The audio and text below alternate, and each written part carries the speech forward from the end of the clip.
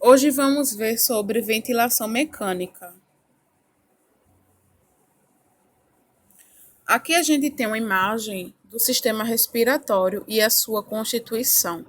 Isso aqui não é novidade para vocês, vocês viram lá na disciplina de anatomia.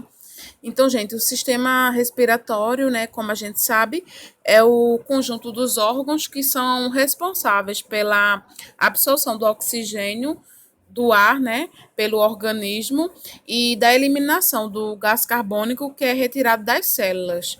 Então, ele é formado pelas vias respiratórias, né, e também pelos pulmões. Então, esses órgãos que compõem essas vias respiratórias são as cavidades nasais, a faringe, laringe, traqueia, brônquios, tudo isso. E aqui temos, né, as principais funções desse sistema respiratório, que tenho certeza que vocês também viram lá na anatomia, mas aqui é mais para vocês revisarem.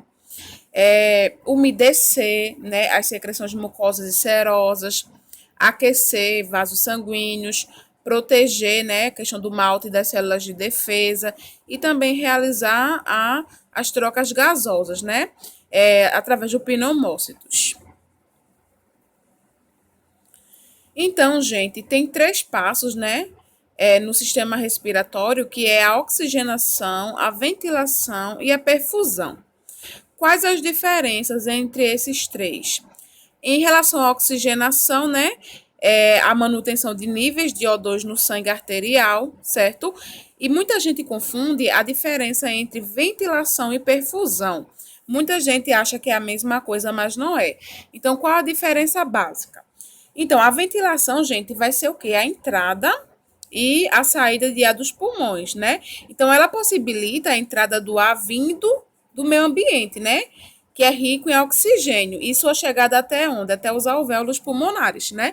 E possibilita também a saída do ar, né? Que é carregado de gás carbônico, dos alvéolos até o meio externo. Já a questão da perfusão, gente, a perfusão nada mais é do que aquele mecanismo que bombeia sangue nos pulmões. Então, o sangue, que é rico em oxigênio, ele circula, né, por meio das veias pulmonares, né, indo dos pulmões ao lado esquerdo do coração, né, que fará o bombeamento para o resto do corpo. Já o sangue, que ele é pobre em oxigênio, né, e consequentemente ele é rico em gás carbônico, ele é bombeado, né, pela artéria pulmonar do coração até os pulmões, né, para que o dióxido de carbono seja o quê? Expelido pelo corpo. Então, essa é a diferença entre ventilação e perfusão, que muita gente acaba se confundindo. Então, o que é a ventilação mecânica em si, que é muito utilizada na UTI. Então, gente, a ventilação mecânica, ela consiste basicamente, né, numa modalidade terapêutica que vai o quê? Substituir parcialmente ou até completamente a ventilação espontânea do paciente. Então, essa fisioterapia, ela atua de maneira eficaz no tratamento da insuficiência respiratória, tanto a forma aguda quanto a forma crônica, né, agudizada, que a gente chama. Então, vocês veem aí na imagem, né, um paciente em ventilação mecânica. Então, consiste em um método de suporte, né, para o tratamento de pacientes com insuficiência respiratória aguda ou crônica, agudizada, de forma parcial ou total, como eu falei. Então, ó, aparelhos que impulsionam volumes pré-estabelecidos de ar de forma intermitente para dentro dos pulmões, aumentando a pressão positiva das vias aéreas superiores. Aí, nesse ar, há uma concentração de oxigênio que é ofertada ao paciente. Então, o suporte ventilatório, ele é um método, né, que fornece esse suporte no tratamento de pacientes com insuficiência respiratória. Então, assim, nós temos, nesse caso, dois tipos, né, duas formas de ventilação que é utilizada nos pacientes. A gente tem a ventilação mecânica não invasiva e a ventilação mecânica invasiva. No caso, a ventilação mecânica não invasiva é quando Vocês associem pelo nome. Se ela é não invasiva, significa o quê? Que o equipamento, gente, ele vai ser conectado ao paciente através de máscaras. Existem diversos tipos de máscaras, de diversos modelos, diversos fabricantes. Já a ventilação mecânica invasiva, né, como o próprio nome diz, é quando o equipamento ele vai ser conectado ao paciente por meio de um tubo, né, endotraqueal ou também através da traqueostomia. Então, os objetivos dessa terapia respiratória, né, é manter ou modificar a troca gasosa pulmonar desse paciente. Também a questão de aumentar o volume pulmonar, de reduzir o trabalho muscular respiratório do paciente. E assim, a gente sabe que atualmente esses aparelhos de ventilação mecânica, né, estão cada vez mais o quê? Mais bem desenvolvidos, né? Eles aliam a tecnologia, né, de ponta para proporcionar uma terapia, né, que seja menos agressiva para esses pacientes e uma melhor experiência, né, para o paciente. A gente sabe que são aparelhos caríssimos, certo? Que hoje em dia, com a pandemia, né, houve uma compra maior do número desses aparelhos, né, porque as pessoas estão precisando cada vez mais, então está tendo um investimento bastante caro, né, porque não é barato esse aparelho, é bastante utilizado. Ainda na ventilação não invasiva, utilização de uma via aérea artificial, que são acoplados de maneira externa ao corpo do paciente, né? É uma técnica que é alternativa à ventilação mecânica invasiva, certo? E o objetivo principal dessa ventilação não invasiva é manter um processo de ventilação adequada, visando impedir a progressão para a fadiga muscular e ou parada respiratória. Então, para que haja essa ventilação não invasiva, o paciente ele deve colaborar com a equipe. Por quê? Porque tem paciente que acaba não colaborando, então ele puxa a máscara de ventilação, ele não quer que coloque no rosto essa máscara, então ele tem que colaborar com a equipe. Há casos em que a gente tem que fazer a contenção desse paciente, que é amarrar o paciente, né, no leito, nas grades do leito, para poder ele cooperar com isso. E o paciente também, gente, ele deve possuir drive respiratório e contração muscular voluntária. Ou seja, o paciente, né, para esse tipo de ventilação, ele tem que estar respirando normalmente, espontaneamente. Claro, se ele vai para uma ventilação, significa que ele está com alguma dificuldade, né, no trato respiratório. Porém, ainda ele consegue respirar, né, consegue ter esse controle. Então, ó, essas incursões respiratórias, que é a inspiração e a expiração, serão realizadas de maneira espontânea pelo paciente. Então, a ventilação não invasiva irá sincronizar com a respiração do paciente. Vai ser ofertado, né, esse suporte de oxigênio a ele e ele vai respirar de forma normal. Só vai ter lá aquele suporte a mais de oxigênio que ele precisa. Aqui são os demais objetivos dessa ventilação não invasiva. Então, todos esses são objetivos dessa modalidade de ventilação.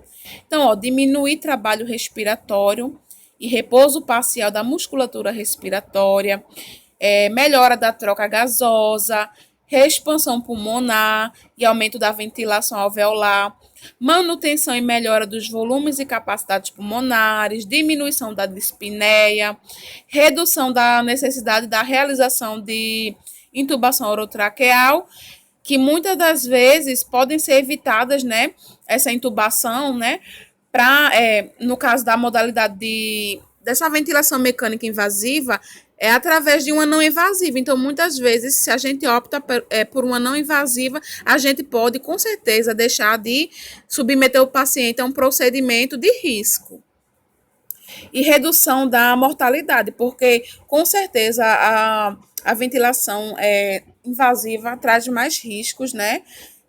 Consequências para o paciente, principalmente, vamos dizer assim, questão de uma possível infecção do trato respiratório, né, que pode levar a sepse, uma infecção generalizada, o paciente pode vir a óbito.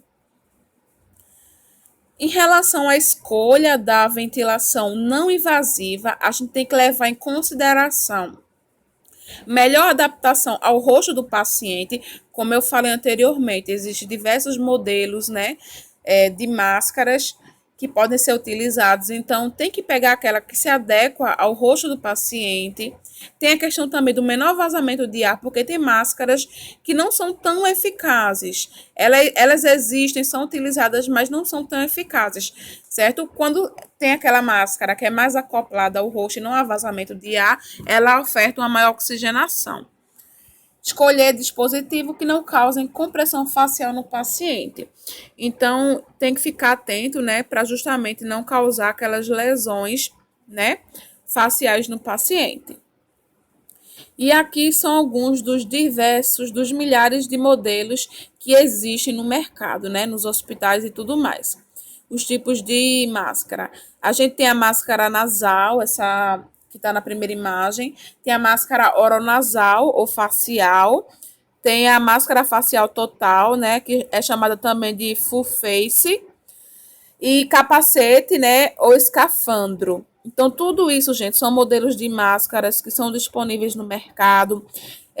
Vai depender também do fabricante, a questão do modelo. A questão do preço também vai depender do tipo de máscara, certo? Tudo isso. Aqui são as contraindicações à ventilação não invasiva. Então, quando não devem ser feitas, né? Realizadas essas ventilações não invasivas, em que situações? Aqui são as absolutas, ou seja, que não deve ser feito de jeito nenhum essa ventilação não invasiva no paciente. E abaixo tem as relativas, né? Que no caso, o médico, né, que vai prescrever essas ventilações, que é o médico que prescreve, ele vai analisar, né, cada caso dos pacientes e vai também colocar numa balança para pesar a questão do risco e do benefício desse paciente. Então, as contraindicações absolutas que não devem ser feitas, né, devem ser evitadas. Necessidade de intubação de emergência. Então, se o paciente deve ser intubado, não há necessidade de colocar uma ventilação não invasiva nele. Parada cardíaca ou respiratória. As relativas também, incapacidade de cooperar, proteger as vias aéreas ou secreções abundantes, rebaixamento do nível de consciência do paciente, falências orgânicas não respiratórias, a questão também da cirurgia facial neurológica. Então, não há necessidade de colocar uma ventilação, né, não invasiva. Na verdade, como eu falei, o médico vai ver, né, a questão do caso, do risco, do benefício, mas na maioria dos casos não se colocam. Algum trauma, né, por um acidente, deformidade facial, alto risco de aspiração, certo? É um método que tem mais risco de aspiração da secreção, né, do que a invasiva. Obstrução de vias aéreas superiores, né, que é o tamponamento, anastomose de esôfago recente. Então, tudo isso é classificado como contraindicações. Já a ventilação mecânica invasiva, né, como o próprio nome diz, ela tem, né, os principais objetivos dela. Assim como a não invasiva também tem os objetivos, a ventilação mecânica invasiva, que é chamada de VMI, tem os seus próprios objetivos. Então, gente, reverter a hipoxemia, reverter a acidose respiratória aguda, diminuir o desconforto respiratório, no caso aqui quando está mais grave, né? Porque na não invasiva também tem como objetivo diminuir a questão do desconforto respiratório, mas vai analisar o caso, né? Prevenir ou reverter a telectasia, né? Que é o colabamento dos pulmões. Reverter a fadiga dos músculos respiratórios, né? No outro tipo também não invasiva, também tem como tentar reverter essa fadiga dos músculos respiratórios, mas quando não está muito sobrecarregado. Aqui é no caso mais grave. Permitir a sedação e o bloqueio neuromuscular, diminuir o consumo sistêmico ou miocárdico de oxigênio, diminuir a pressão intracraniana e estabelecer a parede torácica. Então, tudo isso são os principais objetivos da VMI, que é a ventilação mecânica invasiva. Já aqui são os modos ventilatórios principais que existem, né, nessa terapia de ventilação mecânica invasiva. Então, gente, de forma mais resumida para vocês entenderem, Temos o modo controlado, o modo assistido, o VMI, que é o mandatório intermitente, né? Ventilação mandatória intermitente e a espontânea. Esse modo controlado, o que é que acontece? Na ventilação controlada, não vai existir nenhuma participação do paciente. No caso, é recomendável que o paciente esteja sedado. Já nesse modo assistido, gente, esse tipo de ventilação, né, a participação do paciente, ela vai existir no início da fase inspiratória dele. Aí ela determinará quando a ventilação desse paciente deve iniciar, né, através de um ligeiro esforço inspiratório. Então, é um modo assistido, que no caso vai ter a participação do paciente, mas a máquina que vai mandar, de certa forma, quando iniciar essas incursões respiratórias. Já o VMI, que é a ventilação mandatória intermitente, gente, ela também é chamada de sincronizada. Aí vai consistir em ciclos, né, ventilatórios que vai ser divididos entre o paciente, ou seja, vai ter, como é sincronizado, vai ter também a participação do paciente. Ele vai respirar, né, de forma espontânea, mas também o ventilador vai atuar. Então, se trata de um esforço inspiratório do paciente que vai gerar o quê? Um ciclo adicional do aparelho. Já essa espontânea, né, como o próprio nome já nos ajuda e dá a dica, essa pressão inspiratória ela vai ser contínua nas vias aéreas do paciente. Aí a expiração do paciente ela é feita de forma totalmente espontânea por ele. Por isso que o próprio nome diz, né, espontâneo dessa modalidade de respiração. Aí vai manter também as vias aéreas e os alvéolos abertos também, que vai melhorar a questão da oxigenação do paciente. Então, basicamente, esses modos ventilatórios, eles trabalham dessa forma. Aqui a gente tem uma resolução do COFEN, né, que você sabe que é o Conselho Federal de Enfermagem. Essa resolução é número 639, de 6 de maio de 2020. Ou seja, ela foi de agora, né, bastante recente, mês passado. E no artigo 1 ele diz o quê? No âmbito da equipe de enfermagem, quando eu falo equipe de enfermagem, eu estou me referindo a enfermeiros, a técnico de enfermagem, a auxiliares de enfermagem e a parteira. Mas aqui ele diz o quê? Que é competência do enfermeiro. Quando eu falo enfermeiro, porque muita gente ainda não sabe diferenciar enfermeiro de técnico de enfermagem. Quando eu falo enfermeiro, gente, é aquele indivíduo que fez a graduação em enfermagem, ou seja, a faculdade, durante o período de 5 anos. Antigamente, a duração era 4 anos, mas de uns anos para cá modificou, aumentou um ano a mais. Então, o enfermeiro, né, é competência dele a montagem, a testagem e a instalação de aparelhos de ventilação mecânica invasiva e não invasiva em pacientes adultos, pediátricos e neonatos. Então, compete a ele, certo, gente? Então, vocês, técnicos de enfermagem, não podem fazer essa questão da montagem, testagem e instalação desses aparelhos de ventilação mecânica. A gente sabe também que o pessoal da fisioterapia, eles também trabalham, né, com essa questão do aparelho de ventilação mecânica, principalmente aqueles fisioterapeutas que fazem a especialização nessa área, né? Mas isso não deixa, né, não faz com que o enfermeiro também não seja capaz. Então, a resolução, ela diz que o enfermeiro pode sim trabalhar em cima do ventilador mecânico. Gente, dentre as medidas de prevenção de infecção relacionada à assistência à saúde, né, que é recomendada pela Anvisa, temos as seguintes recomendações. Temos as medidas gerais, que são divididas, né, em medidas gerais, medidas específicas e outras medidas de prevenção dessas infecções. Quais são as medidas gerais? Treinamento da equipe, óbvio, porque assim, para trabalhar numa UTI, gente, tem que ter treinamento. Então, assim, é muito difícil um hospital contratar um profissional sem ter, no mínimo, uma especialização, uma pós-graduação, ou, se for um técnico de enfermagem, um curso de especialização em unidade de terapia intensiva. É muito difícil. Então, assim, além de ter isso, eles geralmente contratam pessoas que têm experiência. Então, dificilmente uma pessoa sem experiência vai trabalhar numa UTI. Não é impossível, mas é mais difícil. Então, treinamento da equipe. A equipe tem que ser treinada. Quando ele fala equipe, são todos que trabalham, né, na unidade de terapia intensiva.